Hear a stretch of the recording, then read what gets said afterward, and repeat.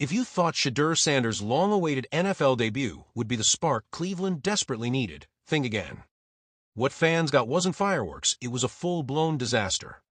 And now, a former NFL quarterback is pointing the finger directly at Kevin Stefanski, completely absolving Shedeur for what happened. So let's break down exactly why this debut went off the rails, and why some people believe Sanders never even had a fair shot. Shedeur Sanders finally stepped onto the NFL field on Sunday, November 16th, thrown into action after fellow rookie and starter Dillon Gabriel suffered a concussion. The hype around his debut had been building for months.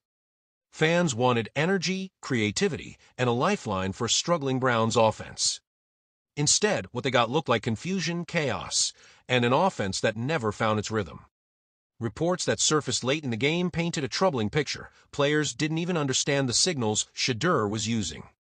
Total miscommunication, total disarray, and honestly, how could they? Sanders hadn't practiced with the starters at all.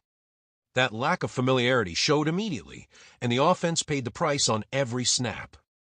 By the end of the game, Sanders had only 47 passing yards. Just 47. And critics pounced instantly, calling the debut a failure and questioning whether he was ready for the league. But not everybody was ready to throw him under the bus. A few voices rose up in his defense, and one of the strongest came from former NFL quarterback Tim Hasselbeck. Hasselbeck didn't sugarcoat anything. He explained the harsh reality of being a backup quarterback in the NFL. You get no reps, you get no rhythm. But the moment you're thrown in, everyone expects you to perform like a veteran starter. He broke it down simply. In practice, there are only so many plays, and almost all of them go to the first-team quarterback. He went deeper, pointing out that only in rare situations, like when a starter is in year 15 or 18, does the backup actually get meaningful work. Otherwise, the starter takes it all. And that's exactly why Hasselbeck pushed back on Kevin Stefanski's comments. Stefanski suggested that Shedeur's poor showing was predictable because he hadn't practiced with the starters. But to many, that just raises the question, why put him in that situation without preparing him? Now the narrative shifts.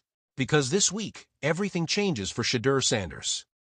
Cleveland heads into a matchup with the Las Vegas Raiders, and on paper, this is a much more manageable challenge. With Dillon Gabriel still in concussion protocol, Sanders is expected to lead the offense once again. And this time, he'll have something he didn't have before, a full week of practice with the starting unit. If all goes as expected, he'll become the 42nd starter for the Browns since 1999. That's a staggering number, but it also signals opportunity. With real reps, real chemistry, and real preparation, Shedeur will finally enter a game without excuses. Now he has to deliver. Because if he doesn't, the consequences in Cleveland are always swift.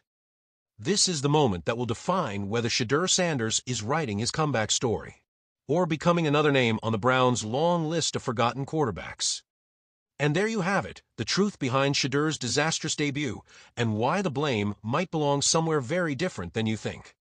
If you want more NFL breakdowns, player stories, and real talk without the sugarcoating, make sure you hit that like button, subscribe, and turn on notifications. The season is getting crazier by the week, and you won't want to miss what comes next.